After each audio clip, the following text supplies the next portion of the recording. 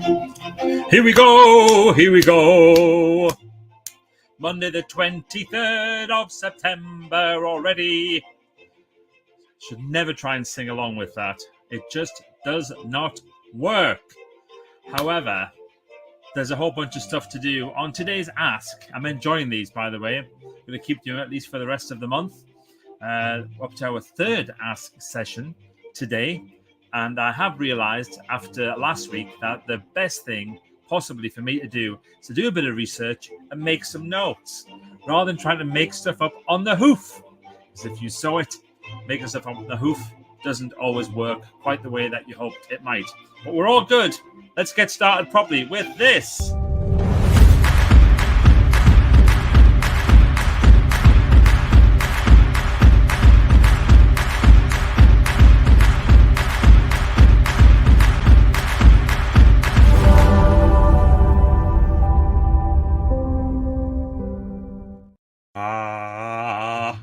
It's the start of the week. Grab your coffee cups. It's Magic Monday. Adjust your camera. Right. See, I'll get my head in that bit. If I just do that a tiny bit more. There we go. That's all right, isn't it? Super. Right. So let's get my questions here and let's get straight on. First one is from Mark Norton today. And he says, super questions already. Thank you very much, Mark. I'll add an old favorite about the best advice to get started on a new project. And he adds, most people struggle with that and have repeated reminders are always beneficial and welcome. All right, okay, repeated reminders. So I'm going to be a repeated reminder. So my advice is start off with something small. Have what I call a swin, a small win. So a lot of times people start projects and they start off with really, really big things and big visions and big ideas. And then when they don't get on as far as they hoped, suddenly it's like, it didn't work. Classic thing is writing a book. I've seen it so many times. People think, I'm going to write a book, and their first win is writing the book. That's crazy. First win should be first few paragraphs, outline the first chapter, something like that. That's a swin. So create a small win. Number 2, set yourself a deadline. There's nothing quite like a deadline to get you motivated. Self-impose it. Get other people to help you with it. Make it public, but first of all, you must write it down. Get it in your diary, the date when something is going to happen. Remember, a goal is just a dream without a date on it. Number 3 is use one of my famous techniques, the 17-minute sprint. Boom, 17. Available in all online bookshops. Of course it is. It's not available in many proper bookshops, but it's available in all online bookshops. And in there, I talk about the theory of 17-minute sprints. It's very simple. You just say, hey, Siri, 17-minute countdown. 17 minutes, starting now. That happens. Sorry to anybody who's using Siri that it's all probably gone off now. And just do 17 minutes. Just get started and do 17 minutes on your project. Next thing is don't try and be a perfectionist. Perfection kills creativity, kills momentum often. So you're better off going for it and it not being perfect than sitting around thinking about it. When people say to me, oh, I'm just a perfectionist. I'm just a perfectionist. No, you're not. You're a procrastinator. Get something done. Better something's out there than you're still thinking about it. So don't worry about perfection. Next thing is to do a bit of visualization. I thought about this the other night, actually, when I was looking at this question. I thought, one of the things that I've really believed all my life is that, well, not all my life, since I've really got into personal development, is that being able to visualize something and seeing it done. I don't believe in this law of attraction that it brings it to you. I think certain things happen. I think coincidences happen, but I think you're more open to it. That's what happens. So by visualizing something, you create that idea that you're open to something, and maybe you bring it towards you a little bit faster like that. And then the final part of getting started with the project is help get others involved. That's one of the brilliant things about Team 17 is we have other people there helping.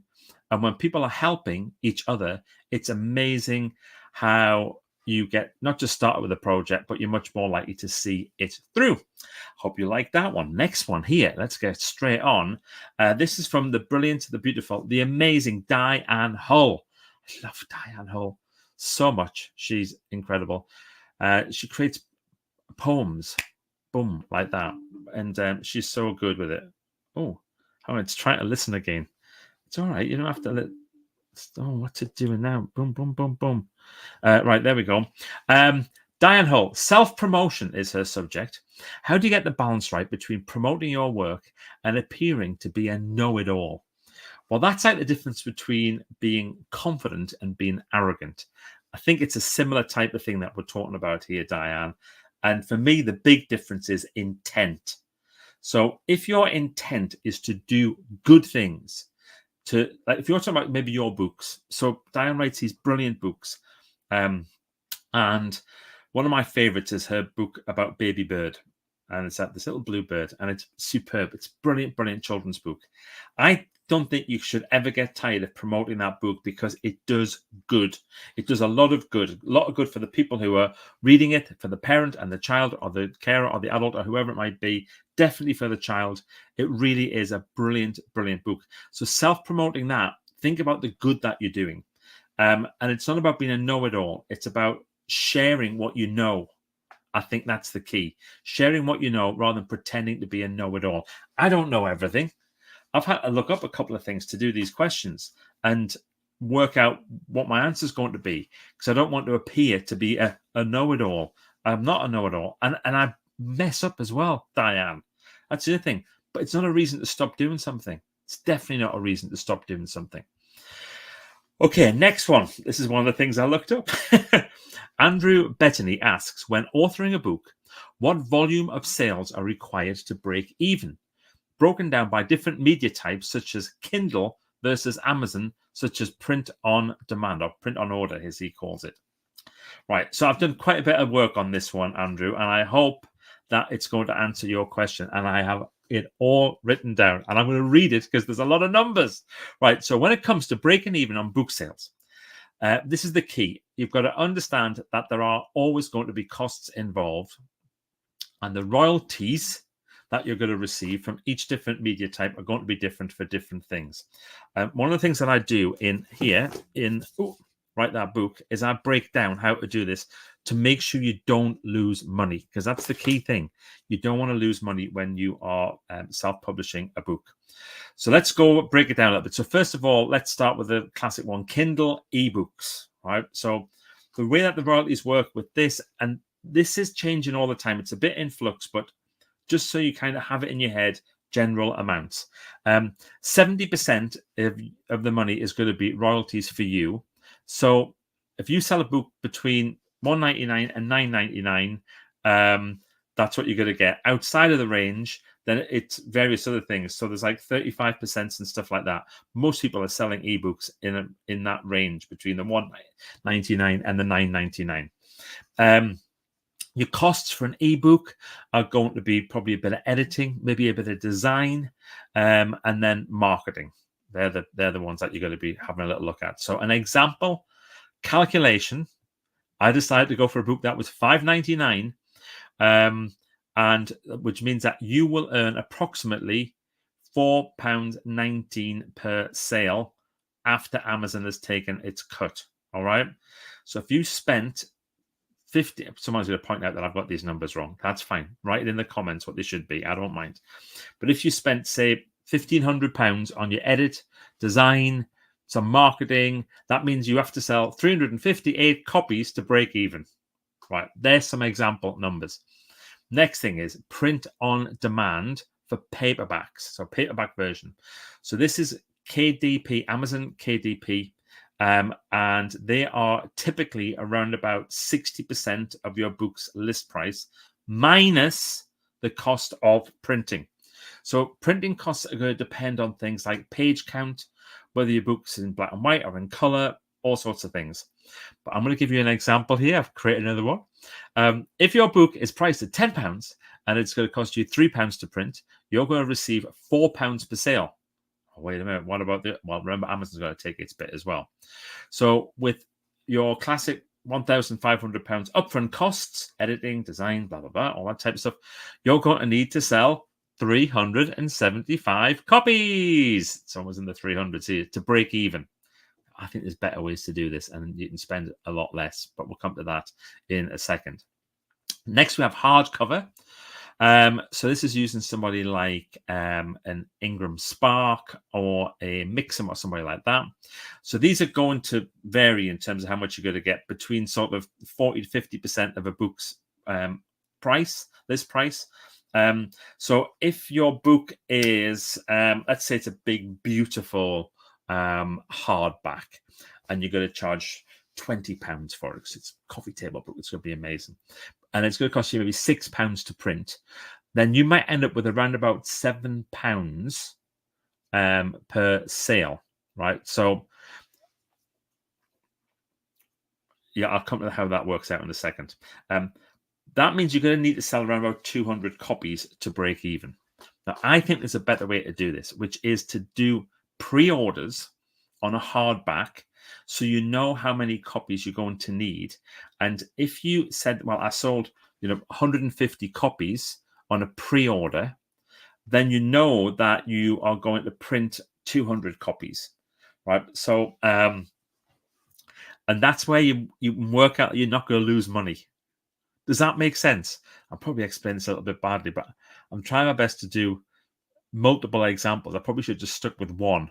Final thing is audiobook. You're going to get around about 40% royalties if you're exclusive, which is most people are exclusive to Audible.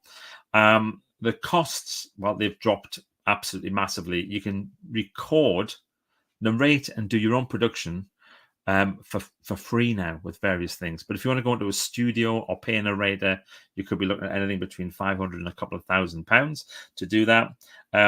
So I think if you look at this one, example price, this is very difficult with Audible because they do multiple different things where people use their credits and stuff like that. But if you were selling it for £15, you're getting your 40% royalties. You're going to earn £6 per sale. Why have I got that as £6 per sale? 40% royalties, £15. No, it's not right, is it? Yeah, I messed that one up a little bit. Anyway, you make a lot more because you're not printing anything. You're not printing. But these are the things to consider, right? Things to consider are marketing costs, right? If you're going to do advertising, make sure it's very, very targeted. I don't think you need to if you've done the work building up to production. This is about building your tribe beforehand. And the more that you've built up your tribe and the more that you have a database of people online that you can email, not worried about, so not online, I mean people you can email directly rather than relying on social media to promote something, the better. A lot of stuff there, isn't it? The number of sales to break even depends on obviously costs, different rates for different ways of printing and doing stuff, but the approach is always the same. Make sure that you pre-sell as much as possible. And how to do that is in here. You can get this book from me, writethatbook.co.uk, or you can go to Amazon and you can order it there. That was a long one. My apologies for that. How are we doing for time? I am going to have to crack on a little bit. Right. Okay. Last one. Clefly Rackers. This is the fun question for today. I'm going to do a fun question each day because I did one the first week, I did one last week, and I'm doing one this week. Today's fun question. Would you, from Clefly Rackers, would you rather be able to speak all languages or talk to animals? It's not a great question. So initially, I thought, speak all languages. That would be great, wouldn't it? Then I thought, really? Do I need to know how to do that? Because there's apps and things that can help me to do that now. So effectively, I can speak all languages using this, my mobile phone.